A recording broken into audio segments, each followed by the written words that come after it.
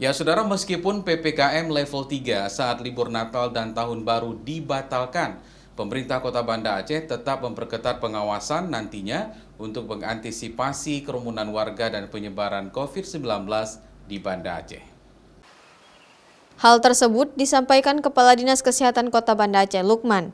Meskipun PPKM level 3 dibatalkan saat Nataru, Kota Banda Aceh tetap dalam status waspada mengantisipasi lonjakan kasus nantinya.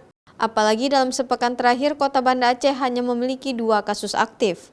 Berkaca dari pengalaman sebelumnya, di mana setelah peringatan Hari Besar dan libur panjang, terjadi penambahan kasus di Banda Aceh.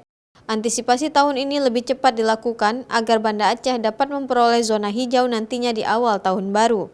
Nantinya menjelang Nataru, pengawasan akan diperketat di sejumlah area publik maupun tempat wisata. Fokus utama adalah bagi mereka yang belum vaksinasi dan yang tidak menerapkan protokol kesehatan.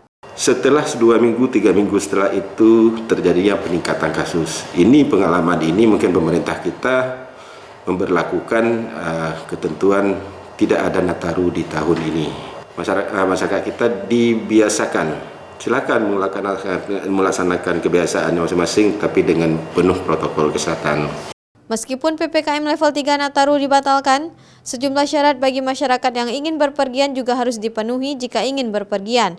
Seperti selama Nataru, syarat perjalanan jarak jauh dalam negeri, yakni wajib vaksinasi lengkap dan hasil tes COVID-19 bagi orang dewasa, serta anak-anak dilengkapi PCR 3 kali 24 jam.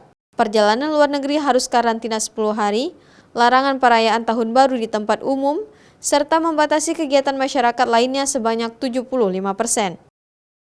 Syahril, Kompas TV, Banda Aceh.